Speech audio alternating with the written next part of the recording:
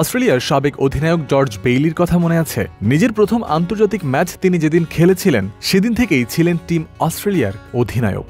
অনেকের জন্য কিছুটা বিস্ময়কর বটেই। ঘরোয়া ক্রিকেটে অধিনায়কত্ব বা নেতৃত্বের গুণে নির্বাচকদের নজর এতটাই কেড়েছিলেন বেইলি, তাকে সরাসরি অধিনায়ক করে জাতীয় দলে ঢুকিয়েছিলেন ক্রিকেট অস্ট্রেলিয়ার সিলেক্টররা। এবার বাংলাদেশের প্রেক্ষাপটে এমন একজনের কথা চিন্তা করুন যিনি এখন আন্তর্জাতিক ক্রিকেট খেলার স্বাদ পাননি, তবে ঘরোয়া ক্রিকেটে নিয়মিত ক্যাপ্টেন্সির মাধ্যমে আলাদা করে নিজের নাম প্রতিষ্ঠা করেছেন। শুধু ঘরোয়া নয়, আন্তর্জাতিক অঙ্গনের সর্বোচ্চ অর্জন বিশ্বকাপও আছে তার দখলে।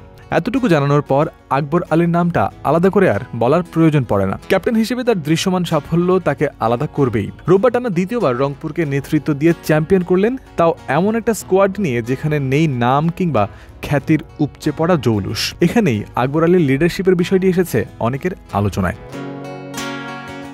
2020 সালের যুব বিশ্বকাপে আকবরের সতীর্থ ছিলেন যারা, সেই তামিম, ইমন, দীপু, শরীফুল, সাকিব, জয়রা এখন জাতীয় দলের নিয়মিত সদস্য। তবে উইকেট কিপার এই ব্যাটার কখনো ডাক পাননি বাংলাদেশ ন্যাশনাল টিমে, যা তার জন্য আফসোসের কারণ হতে পারে। রোববার চ্যাম্পিয়ন হওয়ার পর আকবরের সতীর্থ নাইম ইসলাম জানিয়েছিলেন, শুধু ঘরোয়াতে নয়, আকবরের হাত ধরে আন্তর্জাতিক অঙ্গনেও বাংলাদেশ জাতীয় দল ট্রফি অর্জন করবে এমনটাই দেখতে চান তিনি। যে সে ইন্টারন্যাশনাল লেভেলে যাবে, ইন্টারন্যাশনাল লেভেলে গিয়ে ওইখানে পারফর্ম করবে, বাংলাদেশকে ওইখানে ইন্টারন্যাশনাল লেভেলে ট্রফি এনে দিবে, এইটা আমি চাই। ওয়ালটন এখন দেশের সীমানা পেরিয়ে পৌঁছে গিয়েছে 50টিরও বেশি দেশে।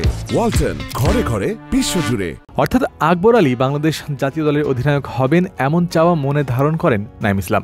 জর্জ বেইলি যেমন প্রথম ম্যাচ থেকে জাতীয় দলের ক্যাপ্টেন হয়ে ঢুকেছিলেন, এমন কিছু বাংলাদেশের ক্রিকেটে চিন্তা করাও যায় না। তবে কোনো একদিন বাংলাদেশের ক্যাপ্টেন হবেন আকবর, সেই ভাবনাকে বাস্তবে রূপ দিতে হলে আগে তার জাতীয় দলের সুযোগ তো পেতে হবে। নিজের মধ্যে লালিত সেই স্বপ্নের কথা সশব্দে জানিয়েছেন আকবর নিজেও।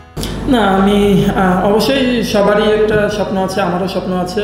নিজেকে একজন অধিনায়ক নয়, সবার আগে ব্যাটার, উইকেট কিপার তথা ক্রিকেটার হিসেবেই ভাবতে বেশি পছন্দ করেন আকবর আলী। বয়সভিত্তিক পর্যায়ে শেষ করার পর পেরিয়েছে 5 বছরেরও বেশি সময়। তার অপেক্ষা কবে ফুরাবে তার উত্তর আছে সময়ের হাতেই। তবে প্রতিযোগিতার ভিড়ে তার সুযোগ পাওয়াটা সহজ হবে না, এ কথা সবার জানা।